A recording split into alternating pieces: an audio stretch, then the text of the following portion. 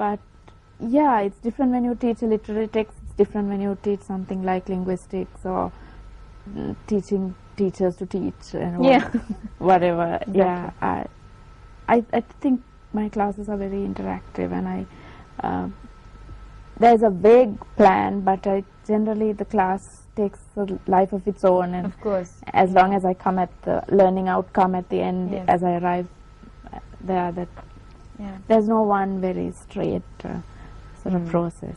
I'm not a very organized, methodical person in anything I do. Yeah. That's my personality. Yeah, of course. Sir? Yeah, I know.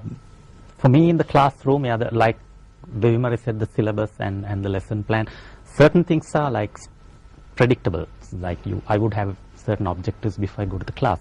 But when it comes to delivery, it's only the creative process starts to come in. I would prefer to build, I mean, when I teach literature, we are going into the meanings of text, and I would like to build that knowledge with the rest of the class rather than me pushing something. We would build the meaning in class, and I would intervene when it is necessary only.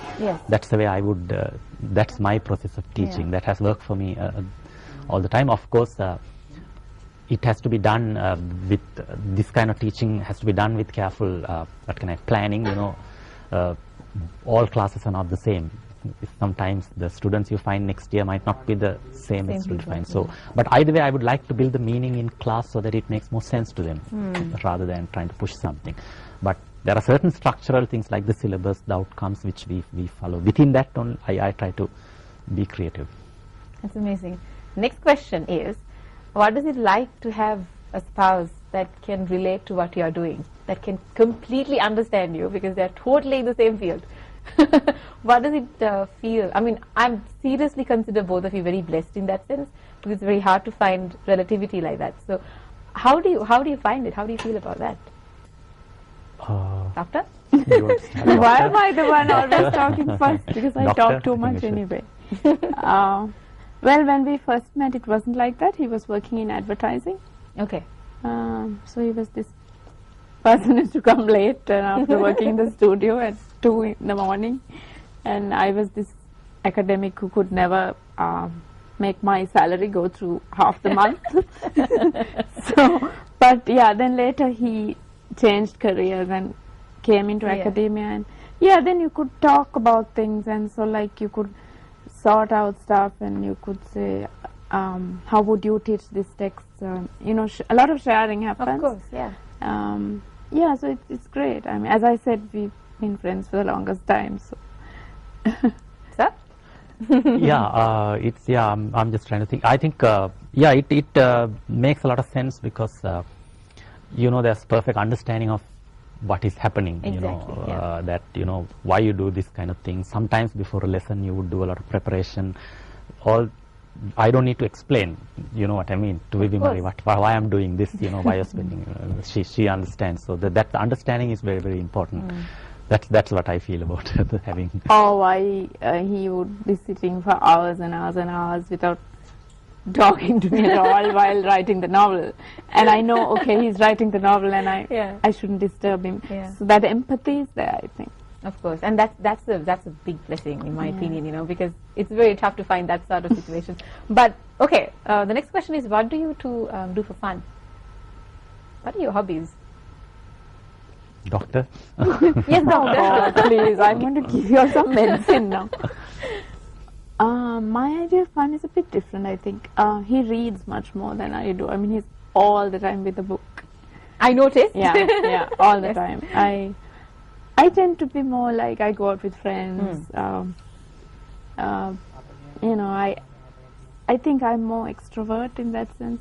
I read too and listen to music and go on trips and stuff. But Lars' personality, I think, is very much more like he finds his entertainment pretty much, even though he has friends and all.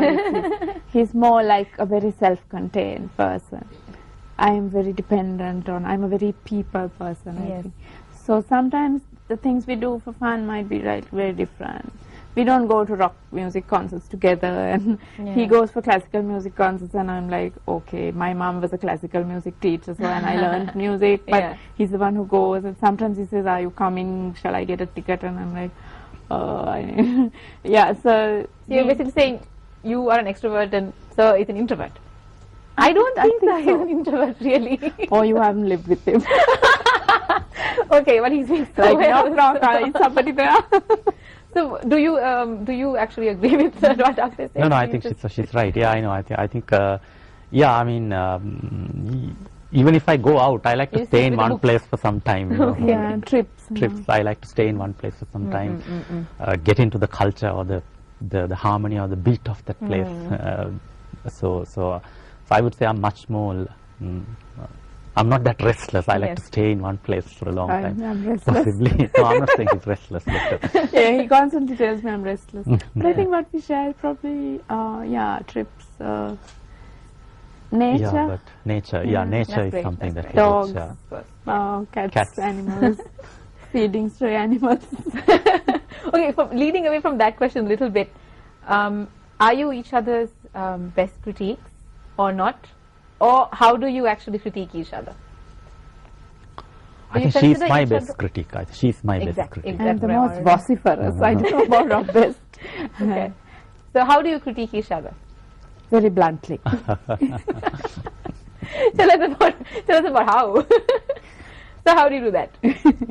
How do you critique? No, that? I mean, if I when she gives me some of her work, of course, I would tell exactly what I think. Would tell exactly what I think or what I saw. Maybe whether it's not a case of good or bad. It's you know, sometimes this idea is used by somebody else, or maybe Ah, this yeah. idea you're using it over and over. Why don't you try to change, or Yeah, then yeah, maybe yeah. this style, so something like that. When she critiques us, it's the same thing. She would tell me, I think this character needs little moderation, and I think you are breaking out, so or I think we should cut these things and get on with the story. So it's like that. It's very practical, I think. Of course, yeah. Very practical, and like she's blunt and real.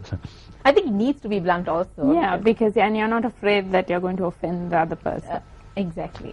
And you to have that kind of, I mean, that's amazing because usually when being criticized by a loved one is usually taken both ways by different people. You So- can be very sensitive as well. Mhm, Yeah. exactly. So I'm glad that you two enjoy that kind of rapport because that's just amazing to see.